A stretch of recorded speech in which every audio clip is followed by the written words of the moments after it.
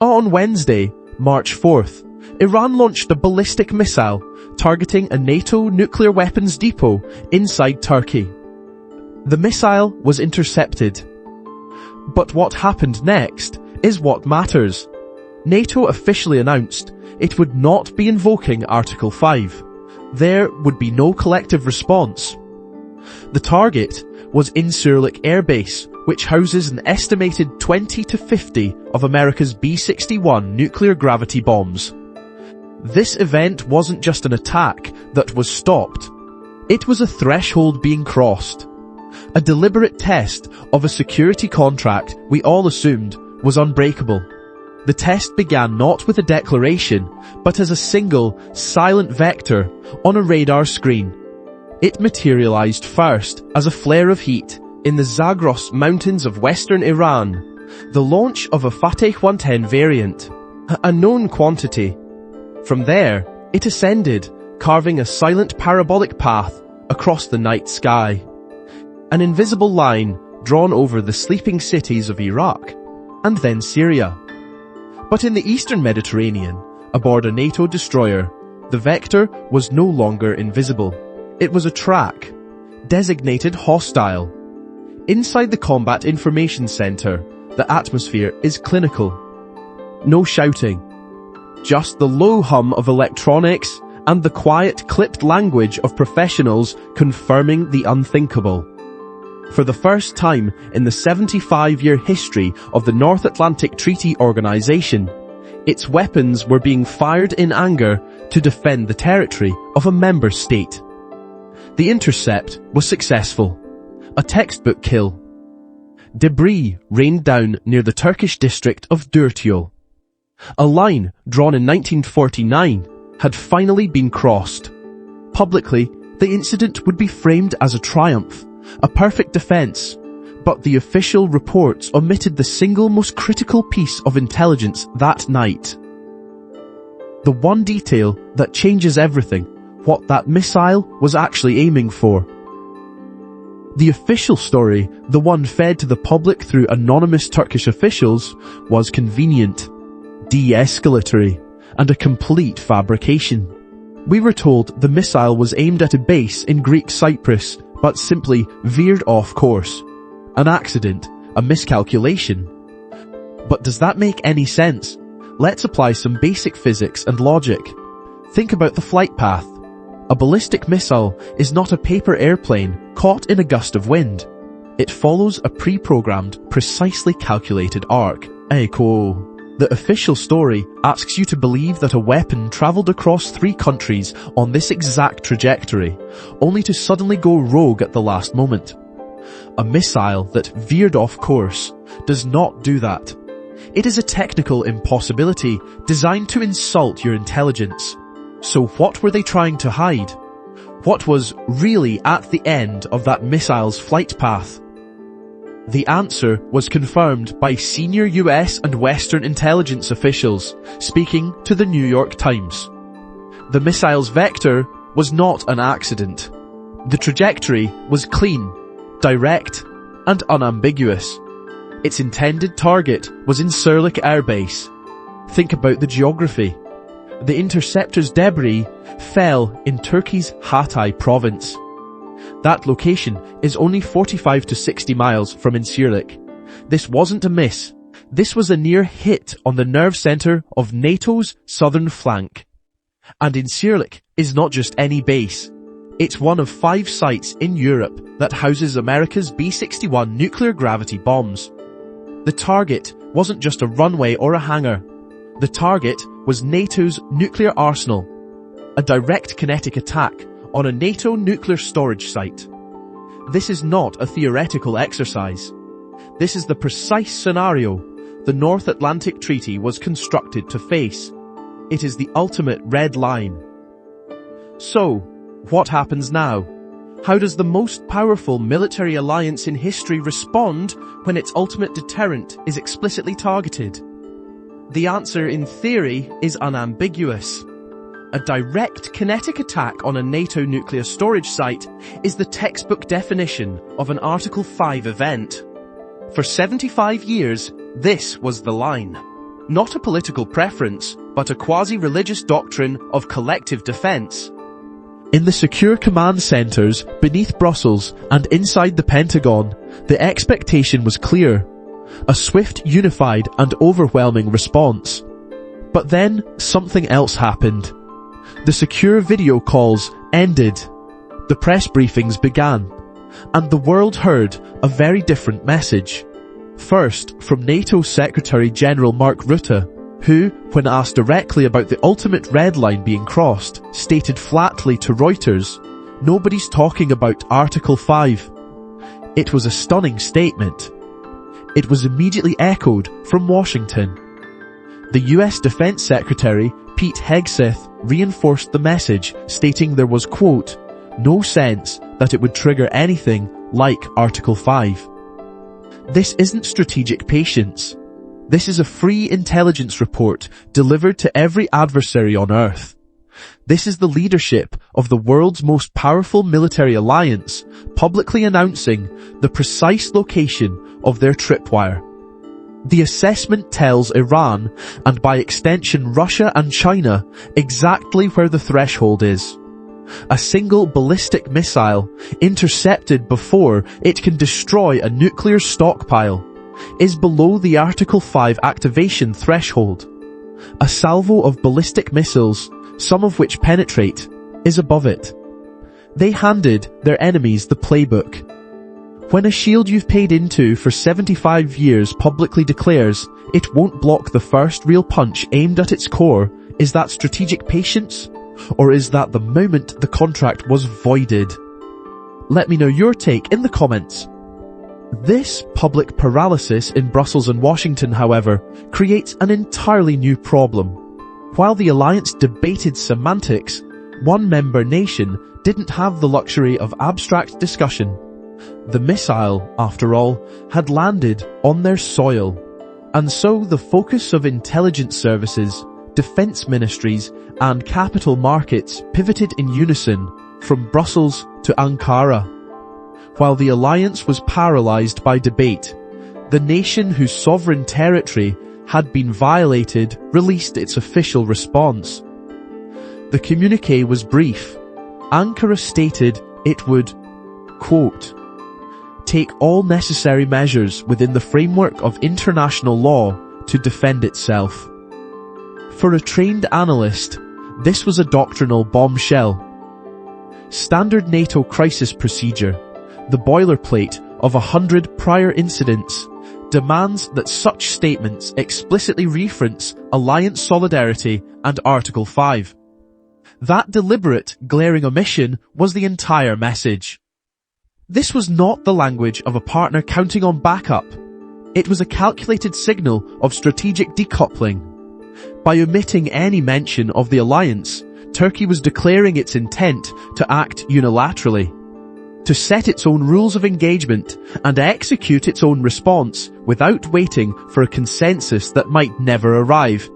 They were preparing to operate alone.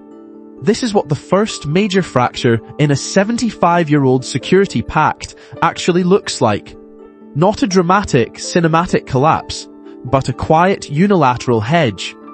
A core member is signaling it no longer fully trusts the guarantee of collective defense, forcing an immediate repricing of regional risk that ripples through sovereign debt and defense budgets.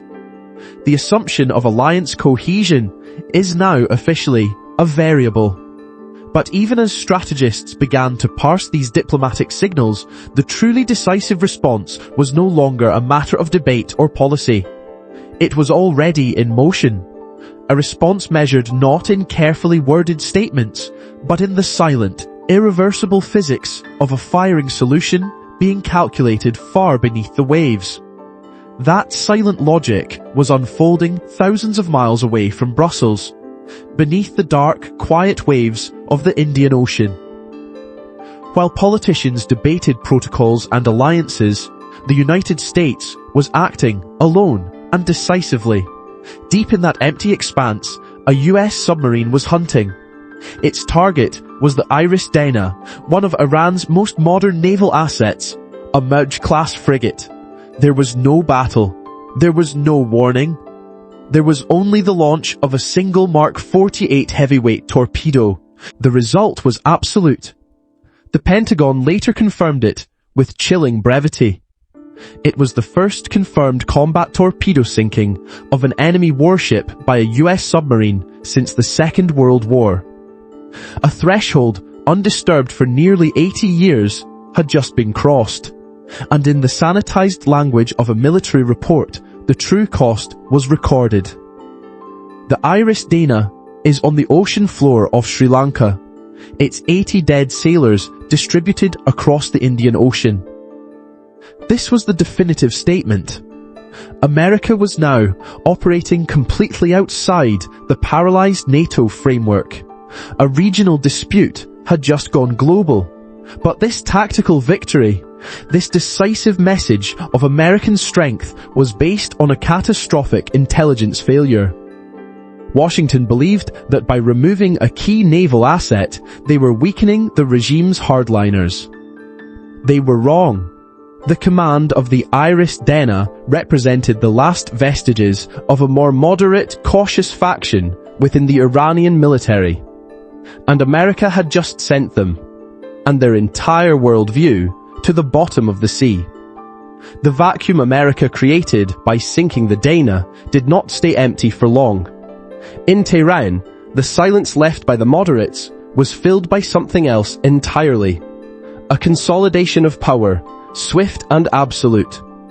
While Washington was analyzing strike telemetry, the real endgame was playing out in Iran's assembly of experts. Under intense pressure from the Islamic Revolutionary Guard Corps, a name was announced that was on none of the West's succession lists. The new supreme leader was to be Mojtaba Khamenei, the son of his predecessor. Somewhere in a secure room in Langley, an analyst is staring at a screen in disbelief. All our models, our carefully constructed scenarios, worthless. It feels like playing chess for months, only for your opponent to place a piece on the board you've never seen before. A piece that doesn't follow any of the rules, you know. This was the Black Swan event. Analysts had previously described Mojtaba as a mini-supreme leader, operating in the shadows, a ghost in the machine of the state, with a career forged in the IRGC's intelligence apparatus. He was a known unknown, yet he was a strategic surprise, a ghost that Western intelligence simply failed to track. And with his ascension, every prior American and European strategy became instantly obsolete. They were all designed to manage a predictable adversary. The enemy at the board is now younger, more aggressive, and entirely unpredictable. The question echoing through the White House Situation Room is no longer, how do we de-escalate? It is a far more desperate one. What do we do now? And the answer being drafted is a playbook they've used before. A plan that has already failed them once. That plan is to arm the Kurds. With the moderate faction in Tehran eliminated and all prior strategies rendered obsolete, Washington's Plan B is activating. Reuters confirms CIA and military planners are in back-channel talks with Iranian Kurdish militias, groups like the KDPI and Kamala, based out of Iraq and Syria. The plan is to equip them with anti-armor weapons and provide ISR support for a proxy ground war inside Iran's western provinces. This is not a strategy. It is a data point indicating strategic exhaustion, a direct, almost perfect repetition of a documented failure mode from the 1991 Gulf War. Then, the United States broadcast encouragement for an uprising. The Kurds of northern Iraq responded. And when Saddam's Republican Guard divisions and helicopter gunships moved in to crush them, Washington denied air cover, deliberately standing down. The historical record is clear. The US encouraged, the Kurds acted, the US abandoned, and Saddam slaughtered. The playbook resulted in an estimated 20,000 civilian deaths and a refugee crisis so severe, it forced the belated creation of Operation Provide Comfort. It is a recurring decimal in US proxy policy, a fracture in American credibility that took a generation to paper over. And resorting to this playbook now signals a critical exhaustion of viable pressure levers on Tehran. And as this historically condemned strategy is being cobbled together in classified annexes, US Defense Secretary Hegseth delivers the public line, quote, "America is winning decisively, devastatingly, and without mercy. A proxy war, built on a foundation of documented betrayal, is not a component of decisive victory." This gap between the rhetoric of dominance and the reality of repeating failed tactics is not the story. It is the data set. And in the final analysis, it is the only data set that matters for building the new framework required to protect your capital from the fallout. The framework our analysis provides, integrating missile parameters, alliance signaling, and real-time market spreads, leads to one non-negotiable conclusion. The old rules of global security are invalid. The March 4th incident was not a black swan. It was a data point revealing a new risk premium regime. We saw this immediately in Europe's structural vulnerability, proven not by generic indicators, but by the surge in their domestic natural gas futures as energy security evaporated. This triggers a 5 to 10 year period of sustained instability. That duration isn't arbitrary. It's anchored in the lead times for re-engineering energy infrastructure and the defense procurement cycles required to backfill depleted arsenals. This repricing of European risk forces a predictable capital rotation into three core asset classes. First, US energy, which converts sustained high prices directly into cash flow. Second, physical commodities like gold, the final hedge against eroding deterrence credibility. And third, defense equities, which become de facto utilities with guaranteed order books in a remilitarizing world. Now the common red here is that NATO's inaction signals terminal weakness. This is a mistake. The paralysis is a feature, not a bug, designed to manage nuclear escalation. But that strategic choice forces an asymmetric economic cost onto European allies, a cost measured in those energy price spikes, which only reinforces the US dollar's role as the primary global safe haven, driving flows into USD cash and treasuries. This entire sequence invalidates the post-Cold War stable markets model. The new operational playbook is not about hoping for stability. It is about hedging against proven fragility. This demands systematically trimming exposure to European financials while overweighting US energy and defense. It also requires a core allocation of 10 to 20% in hard assets like physical gold to buffer against this now permanent systemic risk. Understanding these hidden rules is the difference between being a victim of the next crisis and being prepared for it. If you value analysis that cuts through the sanitized headlines, subscribe now and join us.